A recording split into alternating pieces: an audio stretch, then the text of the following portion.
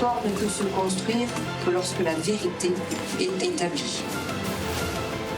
Une armée d'emploi cohérente, moderne, présente dans tous les champs, tous les espaces.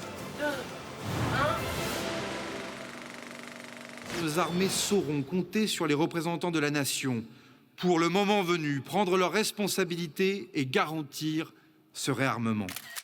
Nous nous retrouvons pour célébrer le 110e anniversaire de la section cinématographique des armées et pour fêter votre sainte patronne, Sainte Véronique.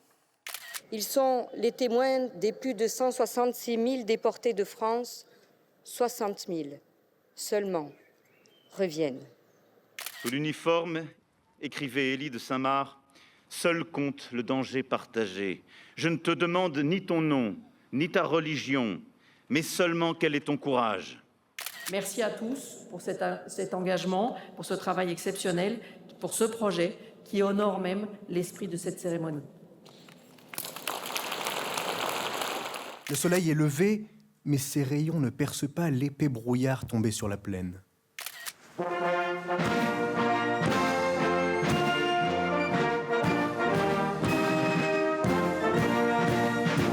Je voudrais, avec vous, ici aujourd'hui, faire un tour d'horizon sur notre environnement stratégique et sur les menaces que les armées doivent se préparer à affronter. C'est cet engagement, cette acceptation du sacrifice, et jusqu'au sacrifice ultime, qui fait la force de nos armées.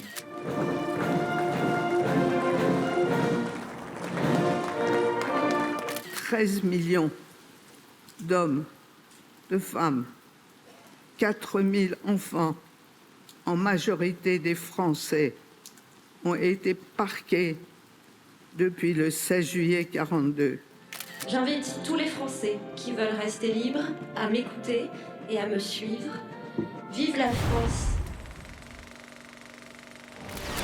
Le 17 janvier 1708, c'est la date de création du service santé des armées par Louis XIV. Le racisme et l'antisémitisme font encore des victimes.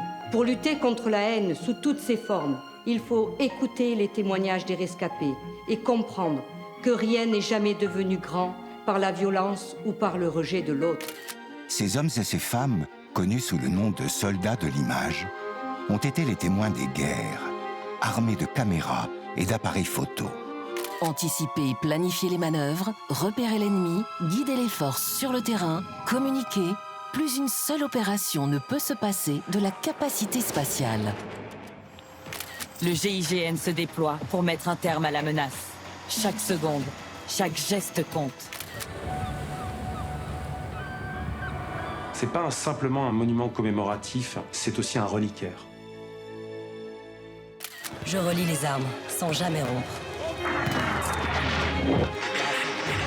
Je suis de toutes les urgences. De main en main, je porte le message où il faut.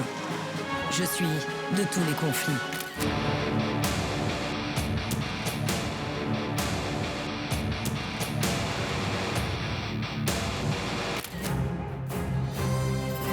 Que ce soit pour observer, écouter, communiquer, naviguer, les capacités spatiales sont indispensables à la conduite des opérations militaires.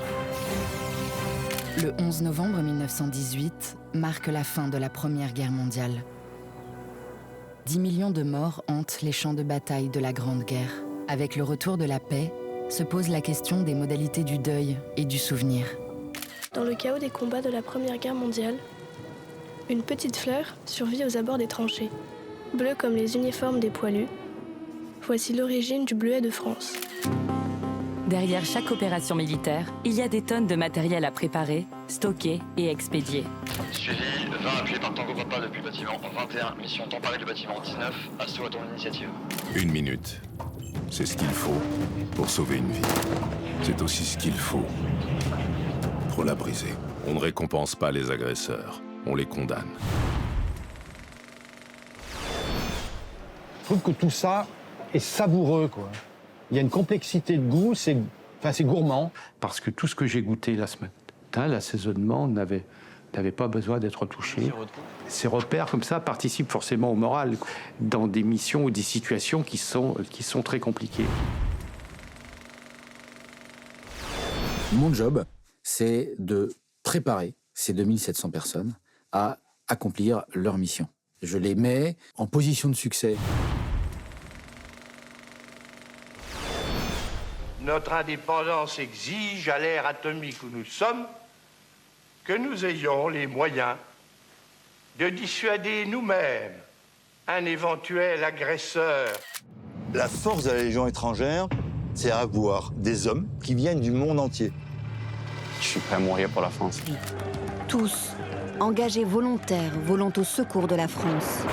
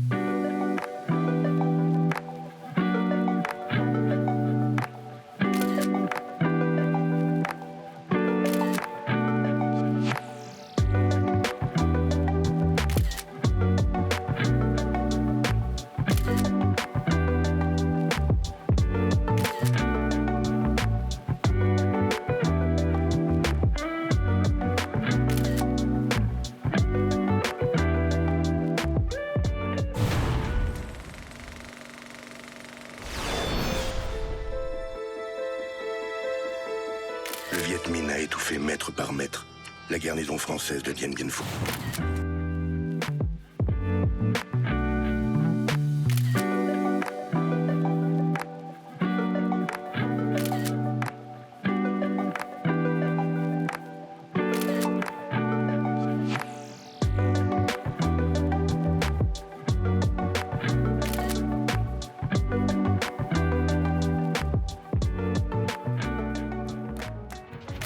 Stratégie visuelle qui a été mise en place par l'armée. De décortiquer la manière dont ce régime visuel a été mis en place au cours du XXe siècle. Je suis assez émue parce que c'est la première fois que je parle de mon projet. Merci de votre confiance.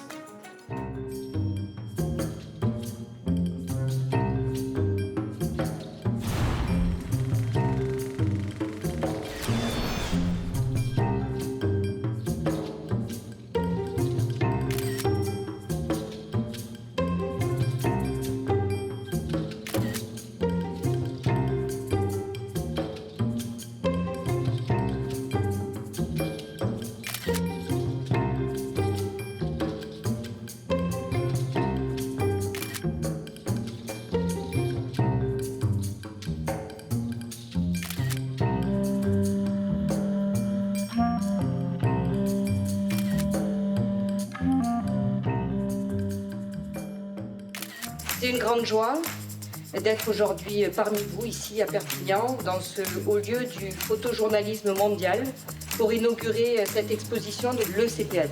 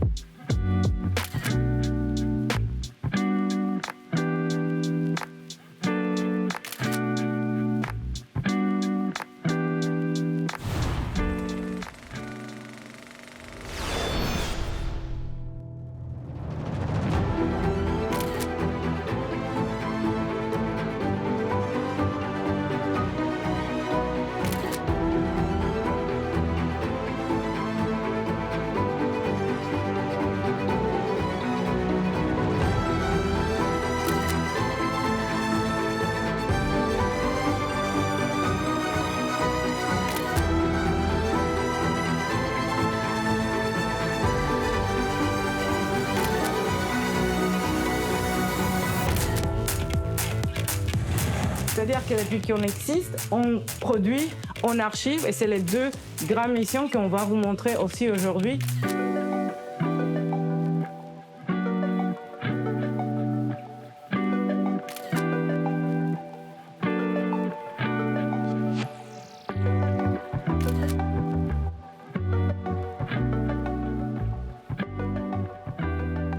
Une pochette de tirage oubliée, retrouvée par hasard.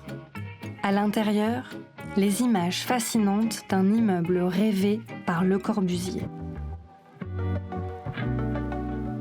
Il y avait des photographes étrangers mais aussi locaux qui témoignaient des conditions des combats, de la vie civile, de ce qui se passait en Ukraine depuis 2014.